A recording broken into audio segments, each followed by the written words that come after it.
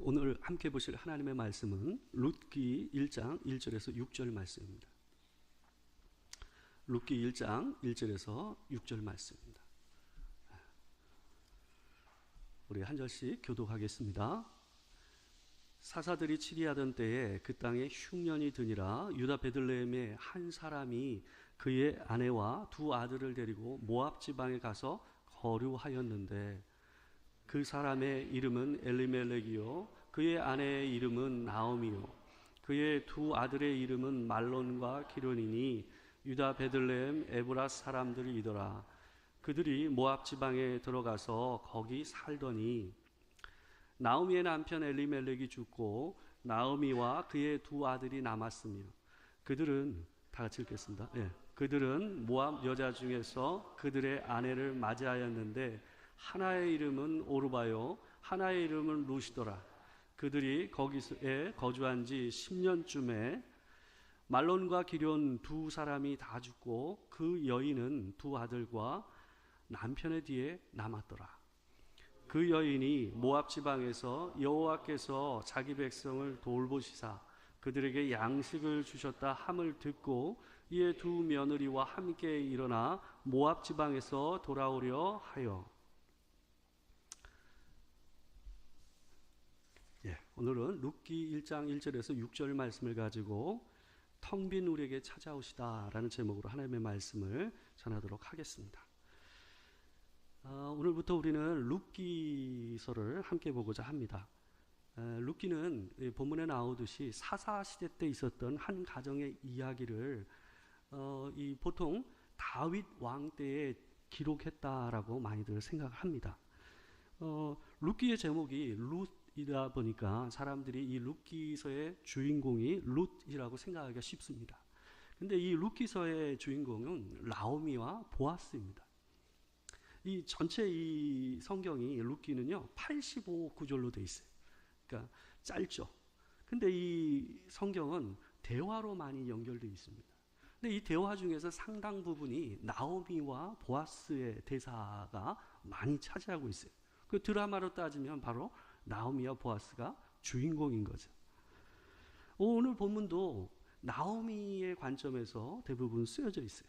남편 엘리멜렉이 살아있을 때는 엘리멜렉이 주인공인 것처럼 표현이 되어 있지만 뒷부분은 전부 다 나오미가 주어가 돼서 쓰여지고 있어요.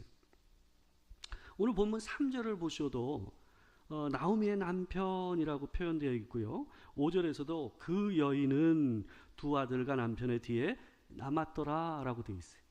그리고 오늘 본문 6절 마지막 절인 6절 있는 데를 보셔도 이 고향으로 돌아가려고 할 때에 하나님께서 그 백성들을 돌보셨다라는 소식을 듣는 주체가 누구로 되어 있냐면 나오미로 되어 있어요. 그러니까 나오미가 그것을 듣고 두 며느리와 함께 떠나려 했다라고 오늘 본문 6절에도 표현되어 있습니다. 계속 주어가 누굽니까? 3인칭 단수 여성이에요. 그래서 나오미를 가리키는 표현으로 오늘 본문이 되어 있습니다. 본문 1절을 보게 되면요, 이 가정이 살고 있었던 가나안 땅, 특별히 베들레헴 에브라다, 이 에브랏이라는 지역에서 큰 흉년이 있었다라고 얘기되고 있습니다. 근데 1절을 보게 되면 우리가 사사들의 시대다라는 표현을 보게 되면 우리가 자연스럽게 어떤 편견이 들게 되냐 하면 우리가 사사시대 때 보게 되면 한 사이클이 계속 반복해서 돌아가잖아요. 범죄와 하나님의 심판과 하나님의 구원이라는 이 사이클이 계속해서 나선형으로 돌고 있는 모습이 이 사사시대, 이 사사기의 역사거든요. 그러다 보니까 사사가 치리하던 때에 큰 흉년이 들었다 하니까 우리가 자연스럽게 어떤 생각이 들까요? 이들이 죄를 지어서 이 큰 흉년을 맞이했구나 하는 생각을 먼저 떠오르게 된다라는 거죠.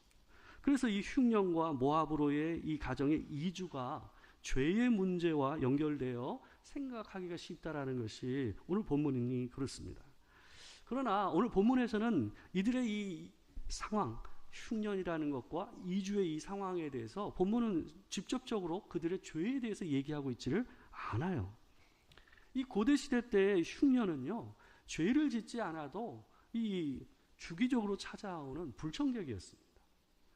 아브라함이 하나님의 명령을 따라서 본토 고향집을 떠나 가나안에 들어왔을 때에 순종함으로 가나안에 도착했지만 제일 먼저 이 사람이 경험한 것이 무엇이었습니까? 흉년이었어요. 흉년. 기근이었습니다. 그리고 이 사람이 이 기근에서 살아남기 위해서 애굽으로 이주하지 않습니까? 그런데 아들 이삭 때에도 동일한 경험을 합니다. 창세기 26장 1절을 갖다 보시게 되면요, 이 이삭의 때에 이런 말씀이 되어 있어요. 제가 한번 읽어드릴게요. 아브라함 때에 첫 흉년이 들었더니 그 땅에 또 흉년이 들매 이삭이 그랄로 가서 블레셋 왕 아비멜렉에게 이르렀더니 라고 되어 있어요. 어떻습니까? 아브라함 때도 그렇고 이삭 때도 그렇고 동일하게 하나님께서 부르신 그 땅, 약속의 땅에 있었음에도 불구하고 무엇이 왔습니까? 기근과 흉년이 왔었어요. 그러니까 이 기근과 흉년이라는 문제를 무조건 죄의 문제와 연결해서 보는 것은 무리가 있다라는 겁니다. 그래서 이 본문 가운데서도 보게 되면 하나님께서 이 이삭에게는 특별히 나타나셔가지고 뭐라고 그러시냐 하면 먼저 이주한 블레셋 땅에서 머물라라고 얘기해요. 그러니까 애굽으로만 가지 말고 블레셋 땅에 머물러서 이 흉년을 잘 피하라라는 말씀을 주시는 장면이 26장 1절 이하에 나오거든요. 그러니까 그 말은 뭘까요? 이 흉년은 자연재해로 인해서 일어난 거라는 것을 얘기하고 있는 거예요. 죄의 문제가 아니었던 거예요. 우리의 삶 안에도요, 이런 고통과 불행의 문제가 들어옵니다.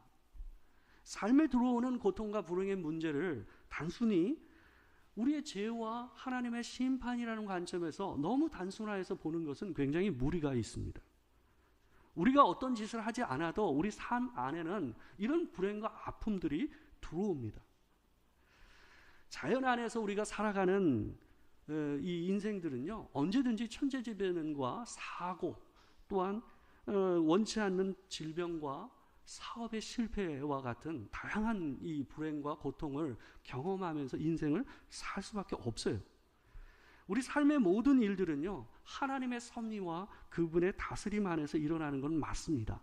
그렇지만 그 모든 것이 하나님의 손 안에서 이루어진다라는 것이 곧 우리의 안에서 일어나는 것이 곧 죄와 하나님의 심판의 이 프레임 안에 있는 것이다, 이를 의미하는 것은 아니다라는 거예요. 그거와 관계없이 우리가 자연인으로서 이 땅 가운데 사는 동안에 오래 살다 보면 어때요? 언제나 겪을 수밖에 없는 일들이 우리 인생 안에 일어난다 하는 것을 얘기하는 것입니다. 옛날에 이제 뭐 어른들이 늘 나이 많으신 분들이 항상 하시는 표현 중에 무슨 말이 있습니까? 오래 살다 보니 이런 일도 본다라는 얘기를 하잖아요. 그죠? 그 말이 맞아요. 오래 살다 보면 내가 이전에 경험하지 못했던 놀라운 여러 가지 일들, 큰 불행과 아픔과 생각지도 못했던 일들을 경험하게 되는 것이 당연한 겁니다. 그게 옳은 말이죠. 나오미의 가정에도 그런 일이 일어난 겁니다. 이 가정의 가장이었던 엘리멜렉은 가족을 살리기 위해서 이주를 결정해요. 모압으로 이주해야 되겠다라고 결정을 합니다. 예나 지금이나 고향 땅을 떠나서 산다라는 게 쉬운 일이 아니잖아요. 그 당시만 하더라도 어떤 사회입니까? 씨족 사회예요. 그러니까 가족과 친지들이 모여서 집성촌을 이루면서 살던 사회란 말이에요. 그러니까 그 사회 안에 있으면 어때요? 안정감이 있고 어떤 일이 있으면 그래도 친척과 친지가 나를 도울 수 있다라는 그런 마음을 얻을 수 있는 데가 그 당시 고대 사회란 말이에요. 근데 이 사람이 지금 어떻습니까? 그 땅을 떠나서 전혀 자기와 관계없는 땅에서 살아보겠다라고 결정하는 가운데 있는 거예요. 이 베들레헴이라는 이름이요, 어떤 이름이냐면 베트라는 집을 의미하는 베트라는 히브리어하고 레헴, 빵을 의미하는 이 말 두 단어가 합쳐져서 만들어진 말이에요. 그러니까 합치면 뭐예요? 빵집이죠? 빵집. 파리바게뜨예요, 동네 이름이. 동네 이름이 파리바게뜨고 뚜레쥬르예요. 그러니까 그 말은 뭘 의미할까요? 이 동네가 그만큼 어때요? 잘 살고 풍요로웠던 동네라는 것을 얘기하는 거예요. 근데 그 땅을 등지고 그 친척과 친지가 있는 땅을 등져서 떠났다라는 것은 뭘 얘기할까요? 그만큼 지금 이때에 임한 흉년이 어땠다라는 거예요? 상당히 길었고 반복적이고 힘들었다라는 것을 의미하는 겁니다. 양식이 가득 찬 동네라고 소문났던 베들레헴이 어때요? 흉년이 든 거예요. 여기 흉년이라는 이 표현은요, 히브리어에서 어떤 의미를 담고 있냐면 텅 비었다라는 의미. 텅 비었다. 그러니까 꽉 찬 곡간이라는 이름을 가지고 있었던 베들레헴이 뭐예요? 텅 빈 공간이 돼버린 거. 곡간이 다 빈 상태가 돼버린 상태로 바뀐 겁니다. 그래서 그들은 이 텅 빈 상태에서 어때요? 삶을 채우기 위해서 모압 땅으로 이주를 한 겁니다. 그들이 옮긴 모압 땅은 그들이 있었던 동네에서 그렇게 아주 멀지 않는 곳이었어요. 요단 동편에 있는 이 골란 고원이라고 하는 해발 한 700에서 800고지 정도 되는 곳에 이 평지가 있었어요. 고원들이 있었어요. 근데 그 땅의 특징이 어땠냐면 1년에 강수량이 16인치 이상 정도 되는, 그래도 다른 땅에 비하면 상당히 비가 강수량이 많은 지역이었어요. 그 얘기는 뭘까요? 그만큼 기근을 당할 확률이 낮다라는 것을 의미하는 거예요. 그래서 그들은 그 땅으로 옮기기로 결심한 겁니다. 처음에는 이들이 잠시 가서 이 흉년만 피하리라 하는 생각으로 옮긴 것 같아요. 여기 본문에 보면 1절에 거류한다라는 말 안에는 이 잠시 동안이란 의미가 담겨져 있어요. 그래서 NIV 성경 같은 경우는 그 부분을 이 for a while, 잠시 동안이라는 표현으로 번역을 하고 있어요. 그래서 처음에 그런 생각으로 떠났어요. 근데 있다 보니 어때요? 그 기간이 점차 길어진 거예요. 인생이 뜻대로 되지 않잖아요. 근데 가서 2주에서 살았는데 머지않아 남편과 사별을 경험하게 됩니다. 그 당시에 보통 결혼 적령기가 15 정도였어요. 일찍 결혼했죠. 우리도 옛날에 그랬잖아요. 빨리 죽으니까 빨리 결혼하는 거예요. 빨리 후사를 보기 위해서. 그래서 15살 정도에 결혼했다고 한다면 아이들 자라는 시간 뭐 이런 거 감안해 보면 아마도 30대 초반이나 30대 중반 정도에 이 사람이 죽은 것 같아요. 30대 초반이었을 가능성이 높지 않을까 하는 생각을 해봅니다.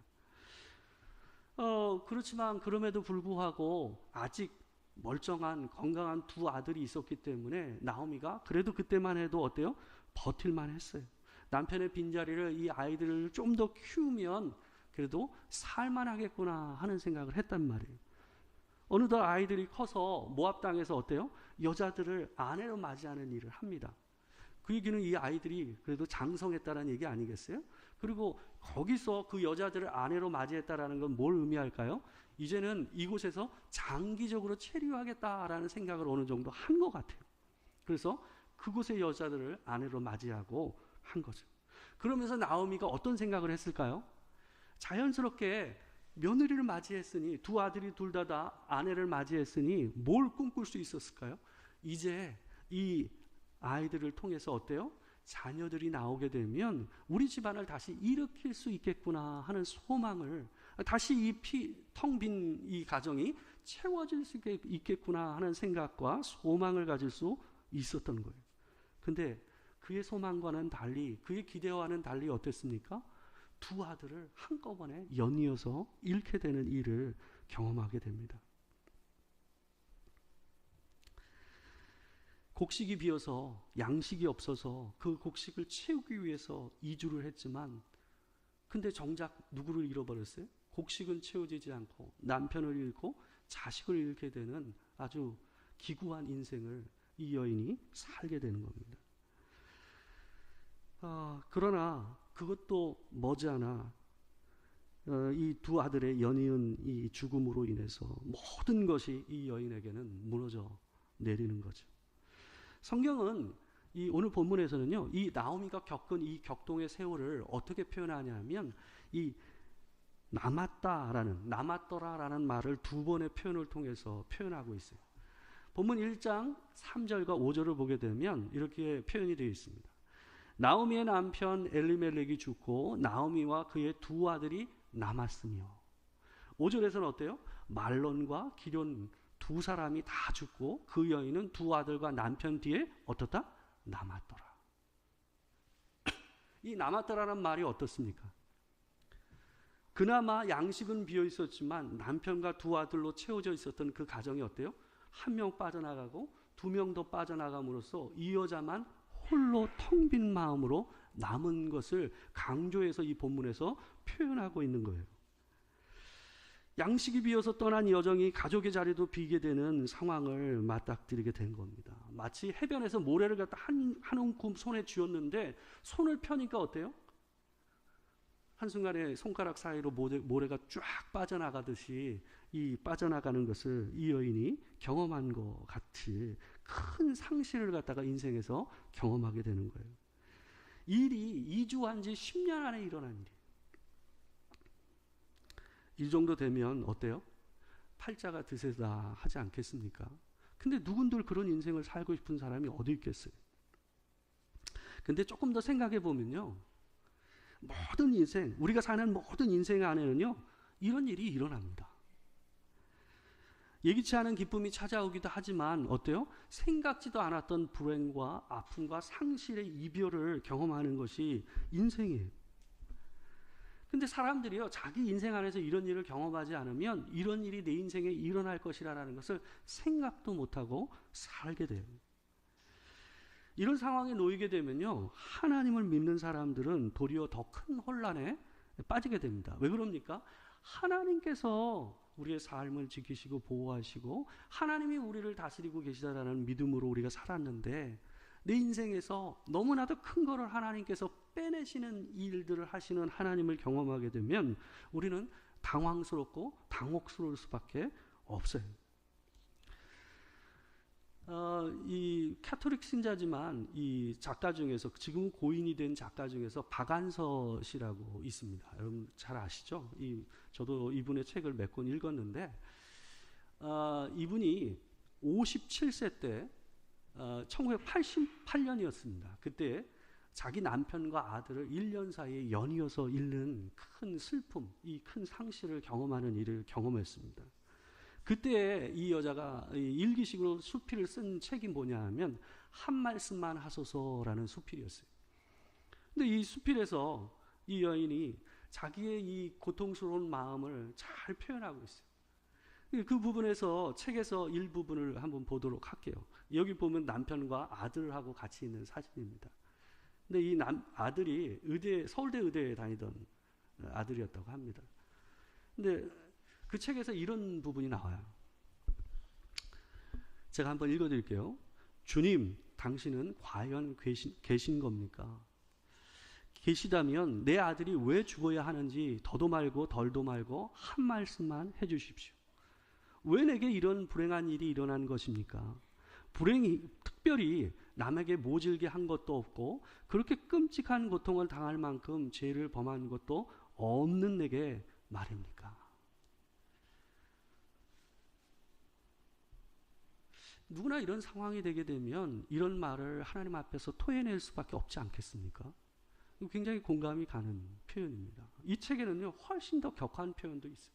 자기가 너무 고통스러울 때는요, 신을 몇 번을 하루에도 자기가 죽이는 마음이 들었대요. 너무 고통스럽고 힘드니까. 그래서 그 책 안에 이런 표현들이 가감없이 표현되어 있습니다. 그의 고통을 그렇게 잘 표현한 것 같아요. 이상할 거 없어요. 그런 감정을 느끼는 건 너무나도 지극히 당연한 것 같아요. 그러나 또 한편으로 생각해 보면요, 인생을 살면서 이런 상실의 아픔을 겪는 게 지극히 당연합니다. 좀 차갑게 들릴지 모르겠지만 인생 안에서 이런 상실과 이별의 경험은 너무나도 당연한 거예요. 왜냐하면 우리가 사는 인생 안에서 내가 소유한 것과 나와 관계를 맺고 있는 모든 사람들은 전부 어떻습니까? 유효기간이 있어요. 여러분과 제가 가지고 있는 모든 소유물들과 또한 내 옆에 있는 가족과 나와 친한 친구들, 이 모든 사람들은 어떻습니까? 다 유효기간이 있어요. 그래서 인생을 살면서 우리는 모두 어떻게 살아야 되냐 하면 모든 것들과 그리고 모든 사람들과 이별을 준비하듯이 살아야 돼요. 그게 정말 나라는 인생을 살 때, 사람으로서 인생을 살 때 가장 필요한 지혜가 아닌가 하는 생각을 해봐요. 내가 소유한 물질보다 내가 사랑하는 사람들과의 이별이 더 힘든 이유는요, 그것이 더 소중해서도 그렇지만 또 한편으로는 모든 물질에는요 유효기간을 어느 정도 알 수가 있어요. 근데 사람은 어때요? 유효기간에 딱지가 붙어 있지가 않아요. 이 사람이 나하고 몇 년을 더 살지, 하루를 더 살지, 일주일을 더 살지 알 수가 없다라는 거예요. 그래서 더 사람과의 이별은 당혹스럽고 더 상실감이 큰 겁니다. 그래서 지금 후회 없이 옆에 있는 사람과 사셔야 돼요. 뭘 하듯이? 이별을 하듯이 사셔야 돼요. 내 옆에 있는 사람에게 후회 없이 하셔야 돼요. 우리 유명한 이 강사 중에서 김창옥 씨 있잖아요. 그죠? 잘 아시죠? 이 친구가 제 친구가 청년부 담당하던 데의 청년이었어요. 그래서 제가 개인적으로 알기도 했었는데, 이 친구가 강설 중에서 어떤 얘기를 했냐면, 자기 아버지와 어머니하고의 사별 이야기를 하더라고요.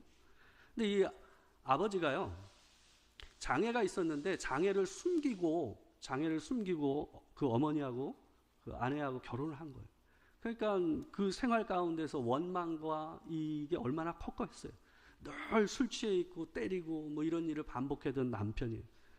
그러니까 살아있을 때는 늘 이렇게 얘기했답니다. 저 왼수 언제, 그 전라도 말로 뭐 그분이 전라도 분이거든요. 제주도에 살았지만 저 연병할 놈의 인간 언제 뒤지나 이런 표현을 썼대요. 그게 전라도 말이거든요. 근데 죽고 나서 엄마가 몇 년 동안 계속 자기에게 하는 말이, 못해주고 험한 말 한 것만 생각난다는 거예요. 그러면서 그렇게 우시더라고요.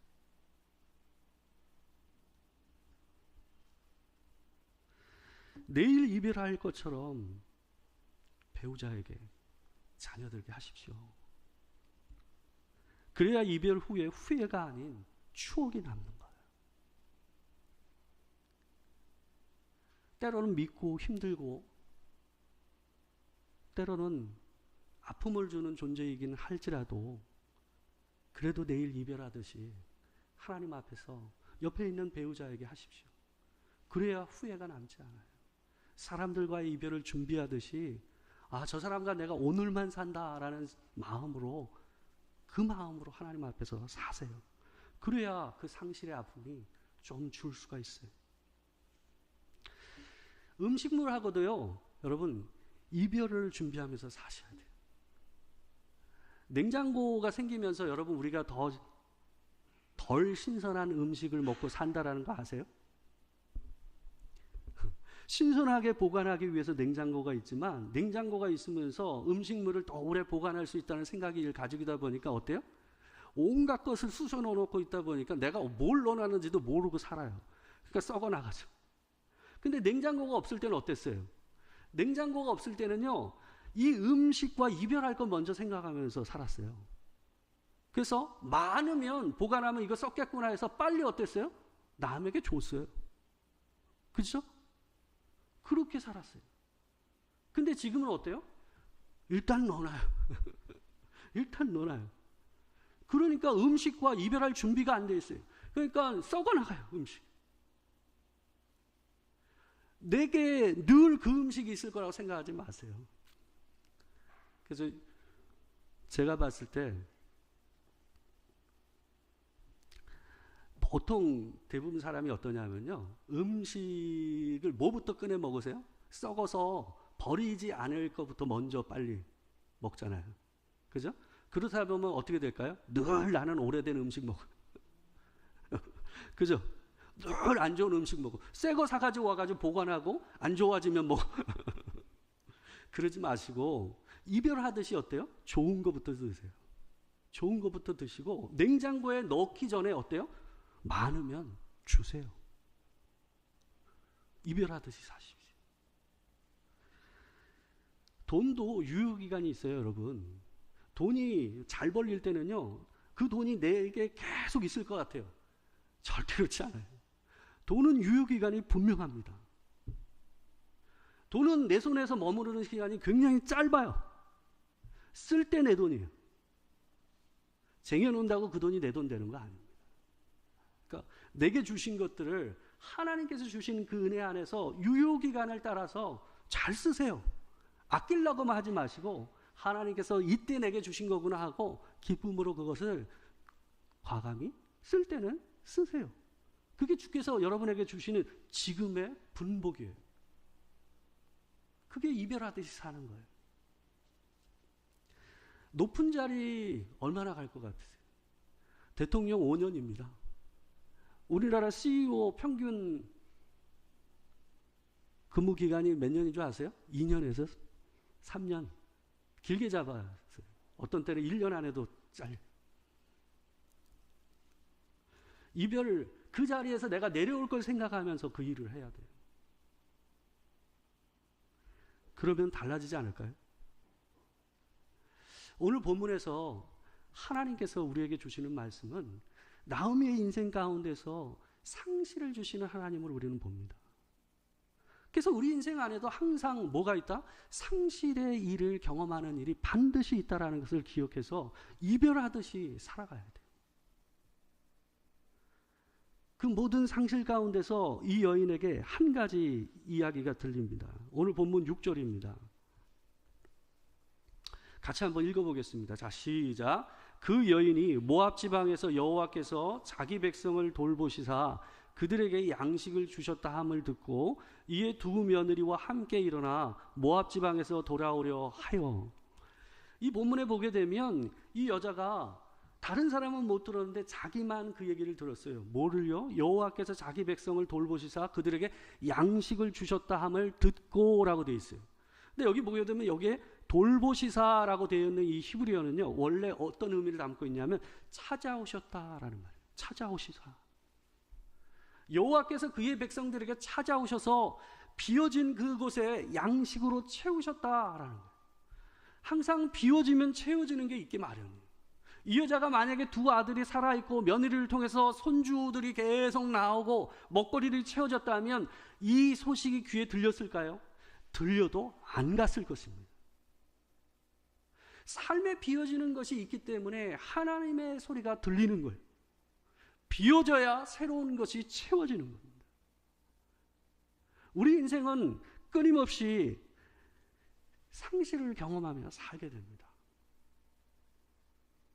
그 상실을 준비하고 사셔야 돼요. 건강도, 젊음도, 돈도, 돈을 벌 수 있는 능력도, 내 가족도 전부 다 어때요? 내 인생에서 상실을 경험하며 살게 될 거예요. 그리고 최종적인 상실은 여러분과 저의 죽음으로 마무리될 거예요. 그게 인생이에요.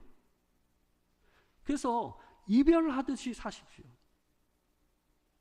그러나 하나님께서 여러분의 삶에 찾아오셔서 그 상실의 순간에, 그 이별의 아픔의 순간에 하나님께서 여러분을 다른 곳으로 채우신다라는 그 은혜를 붙잡고 사시는 여러분과 제가 되길 주의 이름으로 축원합니다. 기도하겠습니다.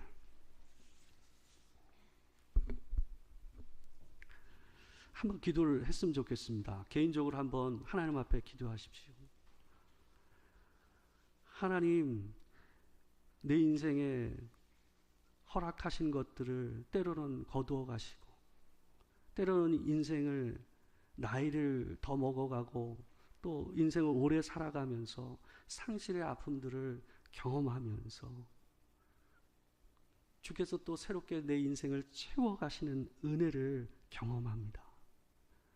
주님, 모든 것을 붙잡고 다시는 잃어버리지 않을 것처럼 그것을 의지해서 사는 우리가 아니라 진정한 지혜를 가지고 하나님을 붙잡고 사는, 주께서 찾아오시는 은혜를 바라며 사는 우리가 될 수 있도록 해주십시오. 우리 함께 잠시 기도하도록 하겠습니다. 사랑하는 주 아버지 하나님, 우리에게 은혜를 더하여 주시옵소서.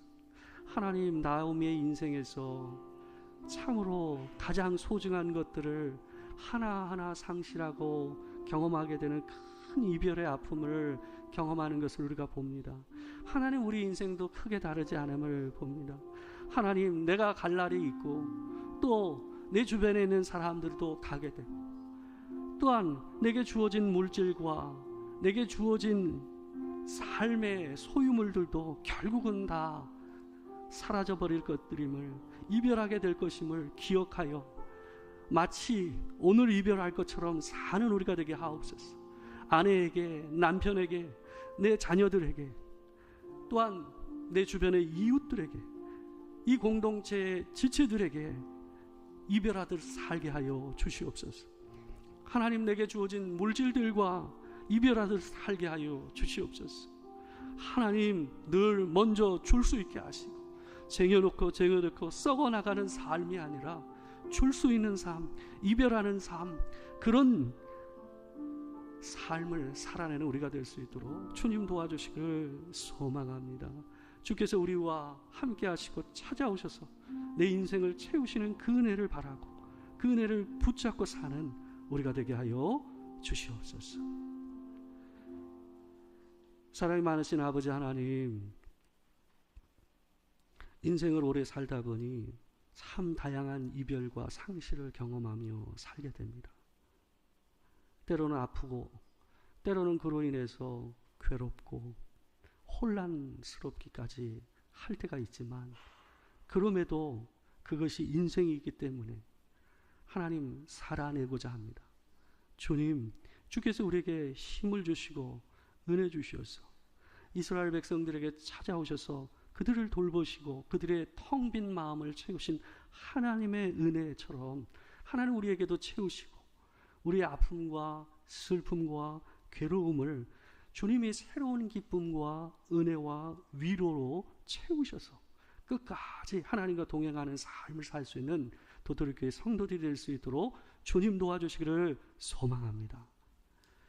지금은 우리 주 예수 그리스도의 은혜와 아버지 하나님의 크신 사랑과 성령의 교통하심이 진실로 하나님 앞에서 우리를 돌보시고 우리를 찾아오셔서 상실과 아픔, 쓰디쓴 뿌리를 품고 살 수밖에 없는 인생을 사는 우리의 영혼을 치유하시고 회복하시고 힘주시고 위로하시는 그 은혜를 붙잡고 살기를 원하는 이 자리에 있는 모든 성도들과 이 자리에 함께하지 못하는 모든 지체들 가운데 지금으로부터 영원토록 함께하시기를 축원하옵나이다. 아멘.